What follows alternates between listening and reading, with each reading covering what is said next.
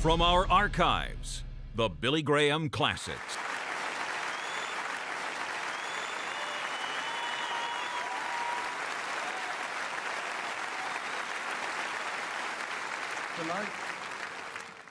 Essa noite eu quero falar sobre Jesus Cristo. E quero fazer a pergunta: quem é Jesus? Muitos de nós temos cruzes gravadas em nossas Bíblias. E até mesmo crucifixo carregadas em nosso pescoço. Mas realmente não conhecemos Jesus. Você sabe, quando você voa para o Brasil, para o Rio de Janeiro, há uma grande estátua de Jesus. É um marco do Rio de Janeiro, dia e noite. Tem 130 metros de altura, 130 pés de ponta a ponta, com os braços estendidos. Alguém chamou isso de um país de Jesus Cristo. E uma das redes recentes de televisão exibiu uma minissérie chamada Quem é Jesus? E a minha filha escreveu um livro chamado Me Dê Apenas Jesus Cristo. Há um movimento intitulado O que Jesus faria em seu lugar? Quase todo mundo já ouviu falar de Jesus, mas milhões realmente não sabem quem ele é. Eles não têm em suas vidas a Jesus Cristo e nem em seus corações. E o mundo hoje está esperando o Messias, que há de vir e nos salvar. Muitos anos atrás, o profeta Ezequiel disse: procurei um homem entre eles, mas não encontrei nenhum. Em outras palavras, Deus estava procurando por alguém que pudesse colocar sua mão, abençoar e usar, e não conseguia encontrar ninguém que entregasse a sua vida completamente e se entregasse aos seus propósitos. O mundo hoje, se você ler os jornais e assistir às transmissões, os noticiários, está correndo loucamente em direção, eu acho, ao Armagedon. Hoje à noite, no Oriente Médio, eles estão lutando novamente pelas mesmas coisas pelas quais lutaram por centenas de anos. Eles tiveram reunião após reunião e trégua após trégua e tratado após tratado e promessas feitas por todos os lados. Mas, de alguma forma, eles não conseguem parar de lutar. Veja, o homem é um fracasso moral. Deus é a única esperança. O plano de Deus.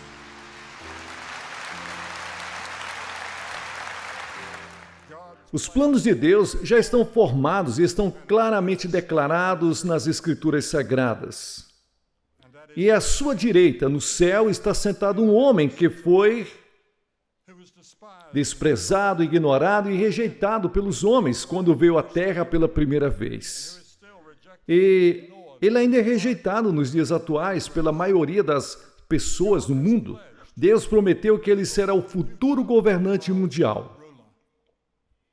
Ele derrubará todo o governo e toda autoridade e poder. Chegará o dia em que todo joelho se dobrará diante dele e toda língua confessará o seu nome. Este ano de 2000 depois de Cristo, o calendário que usamos hoje remonta ao nascimento de Jesus Cristo. Não podemos fugir dele. Nossa geração não pode escapar de Jesus. Ao longo dos anos, muitas peças, livros, óperas, filmes foram feitos sobre Jesus Cristo. E em março e abril, a New X e a New World Press publicaram matérias de capa sobre ele. Em sua reportagem de capa a capa, a New X trazia o título Por que Jesus morreu? Por que há tanto interesse em Jesus hoje? É essa a pergunta que você fez?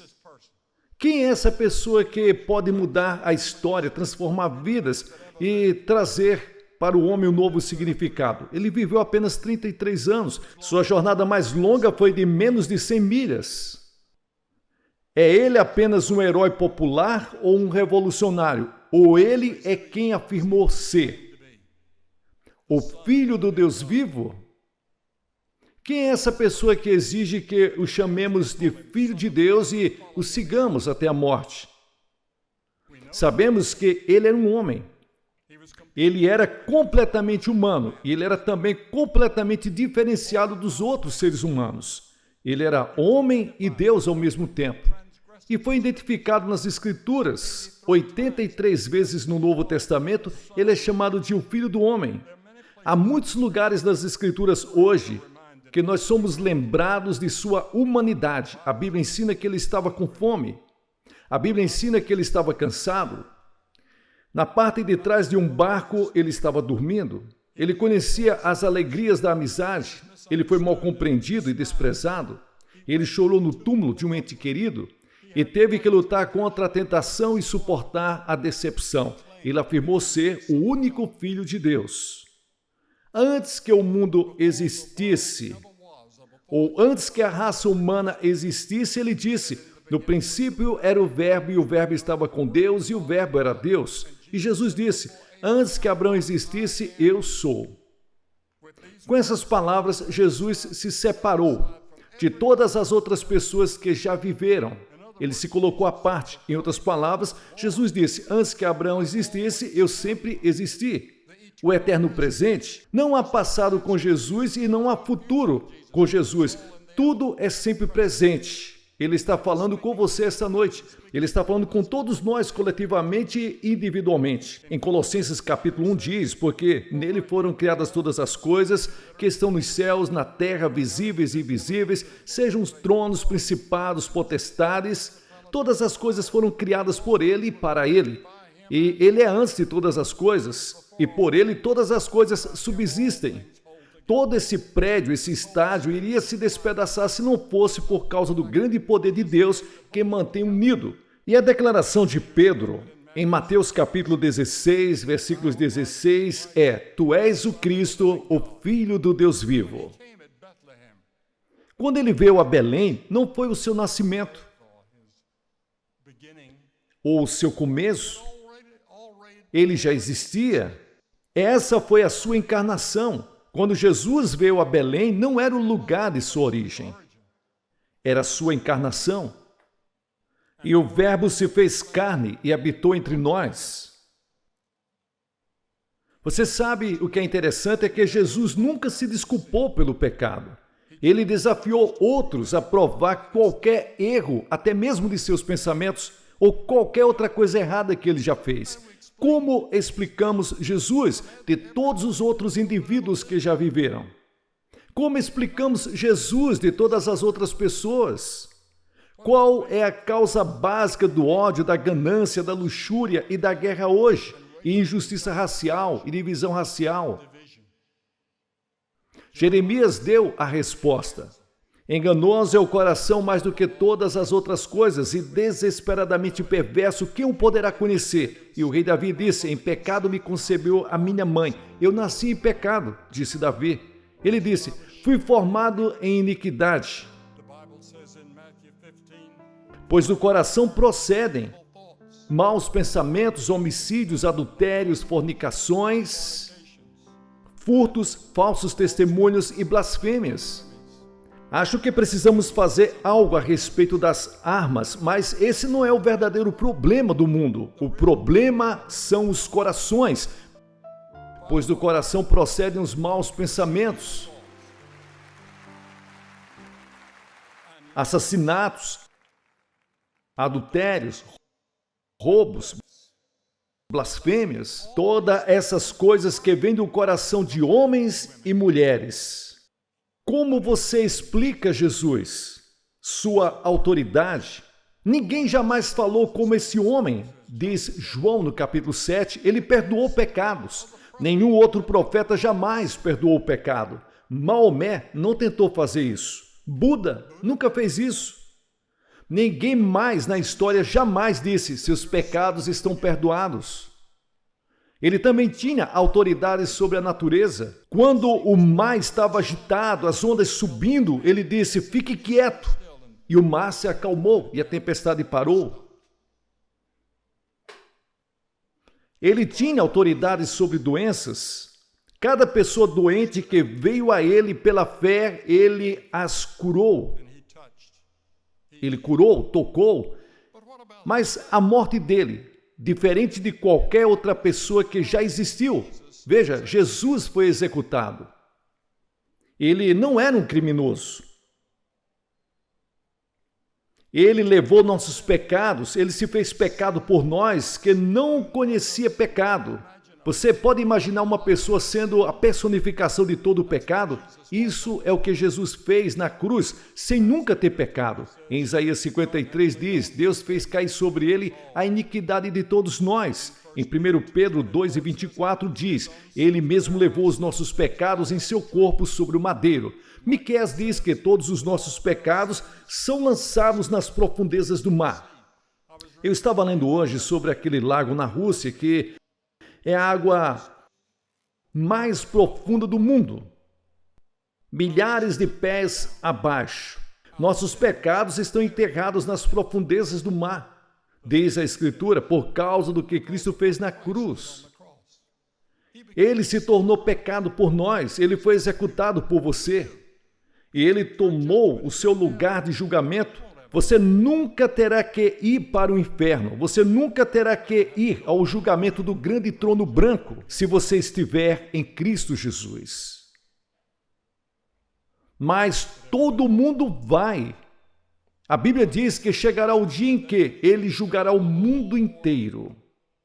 E vocês estarão diante de Deus no grande julgamento, centenas de vocês que estão aqui nesse estádio hoje. E vocês não estarão com uma grande multidão como essa noite. Você diz, mas nós vamos nos divertir. Não, você não vai se divertir. Você não estará lá acompanhado com um monte de gente. Você vai estar sozinho e vai prestar contas de tudo o que você fez com Jesus Cristo e de como viveu sua vida. E muitos de nós ficaremos terrivelmente desapontados e vamos gritar por misericórdia, mas vai ser tarde demais. A Bíblia diz que vamos pedir que as rochas e as montanhas caiam sobre nós, nos escondam, para que possamos escapar do julgamento do grande trono branco.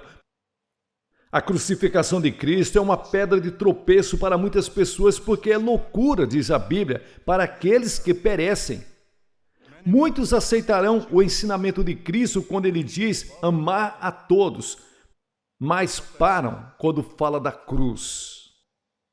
Na cruz é onde você deve se achegar antes de realmente conhecê-lo. E você tem que confessar que é um pecador e tem que se arrepender do pecado. E a palavra arrependimento significa que você muda de vida. A direção que você está indo está disposto a ir a outra direção. E você diz, mas Billy, eu não tenho essa habilidade, eu tentei mudar, já tentei fazer o melhor, mas não consigo. Não, você não pode.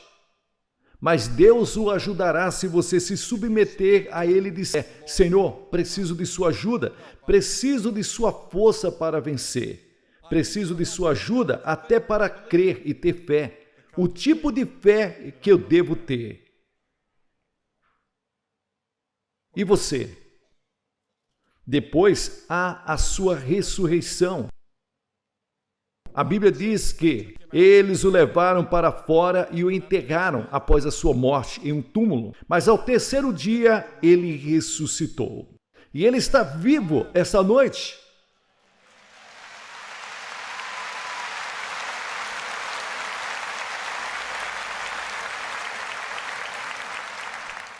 Quando alguns dos discípulos foram ao sepulcro,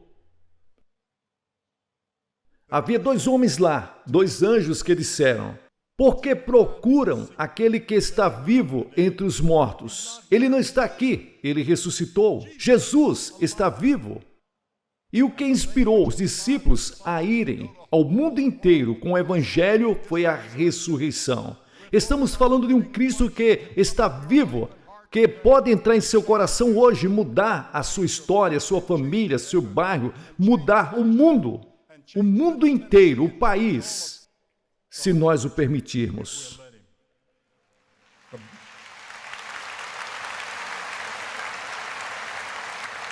A Bíblia diz, se confessares com a tua boca ao Senhor Jesus Cristo e creres de todo o teu coração que Deus o ressuscitou dentre os mortos, serás salvo. Você tem que acreditar não apenas que Jesus Cristo morreu, mas que ele ressuscitou, que ele está vivo. Se você acreditar pela metade, não serve. Diga, Senhor, eu sou um pecador, me perdoe, me ajude a mudar. Mas então você tem que viver a vida. E é aí que o Cristo ressurreto vem ao seu encontro e envia o Espírito Santo para ajudá-lo a viver a vida cristã. Se Cristo não ressuscitou, então ele não é Deus. E a tremenda força da história é inexplicável. O apóstolo Paulo, na estrada de Damasco, perseguia e matava os cristãos. Ele odiava Jesus. E um dia houve uma luz ofuscante. E ele caiu de joelhos e soube que era Jesus. E ele disse: "Quem és tu, Senhor?" Em Atos capítulo 9. E esta é a pergunta que você deve fazer: quem é Jesus? Essa é a questão de nossa geração. Quem é Jesus? Se Jesus afirmou ser Deus, sabemos então que ele estava falando a verdade, ele não era um enganador. Se ele pensava que era Deus e não sabia, então ele era um egomaníaco. Jesus era quem ele afirmava ser, Deus manifestado na carne. Pense nisso. O poderoso Deus que criou as estrelas e aqueles planetas e todo esse universo e mantém tudo unido.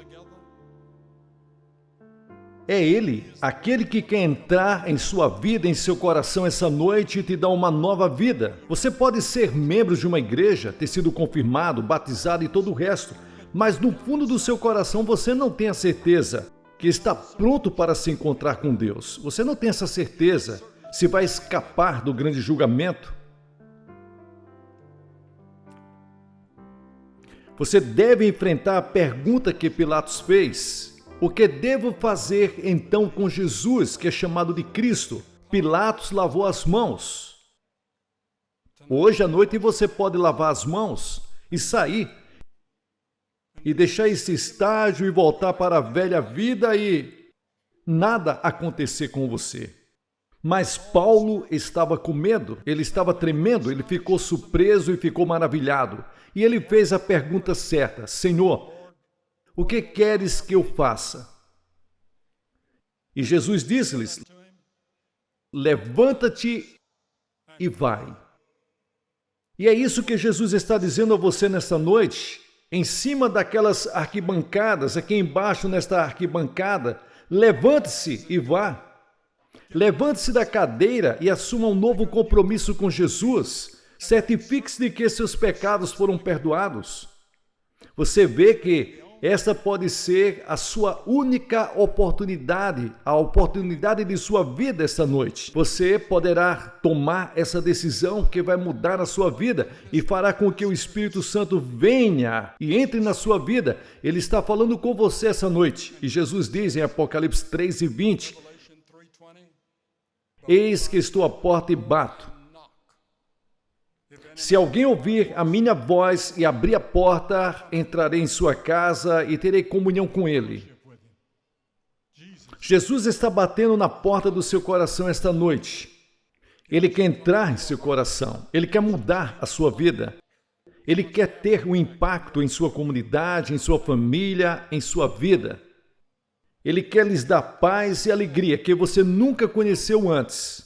Ele quer perdoar todos os seus pecados. Ele quer lhes dar a certeza da vida eterna e quer que você saiba que vai morar no céu. Que você saia daqui nessa noite com essa certeza e vou pedir-lhes para que você faça algo que parece difícil para algumas pessoas. Mas quando Jesus morreu naquela cruz, ele estava morrendo por você, porque ele te ama.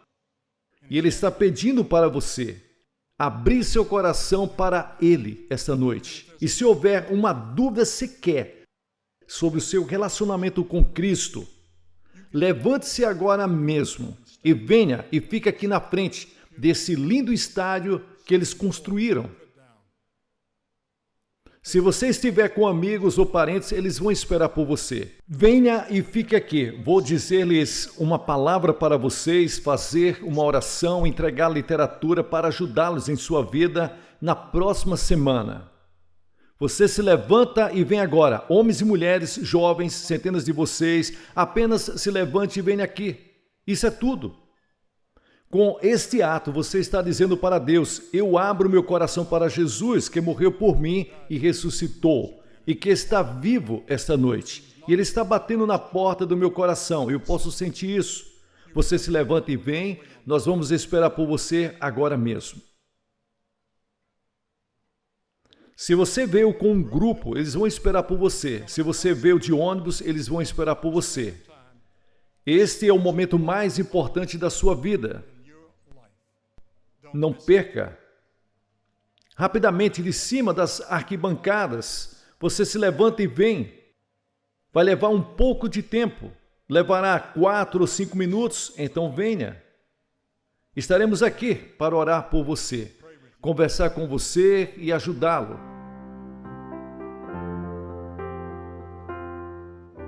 Pessoal, aqui é o pastor Gilson Soares, fazendo aqui as dublagens das mensagens do pastor Billy Graham. Que Deus abençoe você. Se você gostou dessa mensagem, dê um like, compartilhe com outras pessoas e abençoe esse canal e a obra missionária nas cidades de Guarabira, na Paraíba, com qualquer valor que Deus colocar no seu coração. Você pode fazer isso através da chave Pix ou do número da conta que aparece na descrição. Que Deus abençoe você.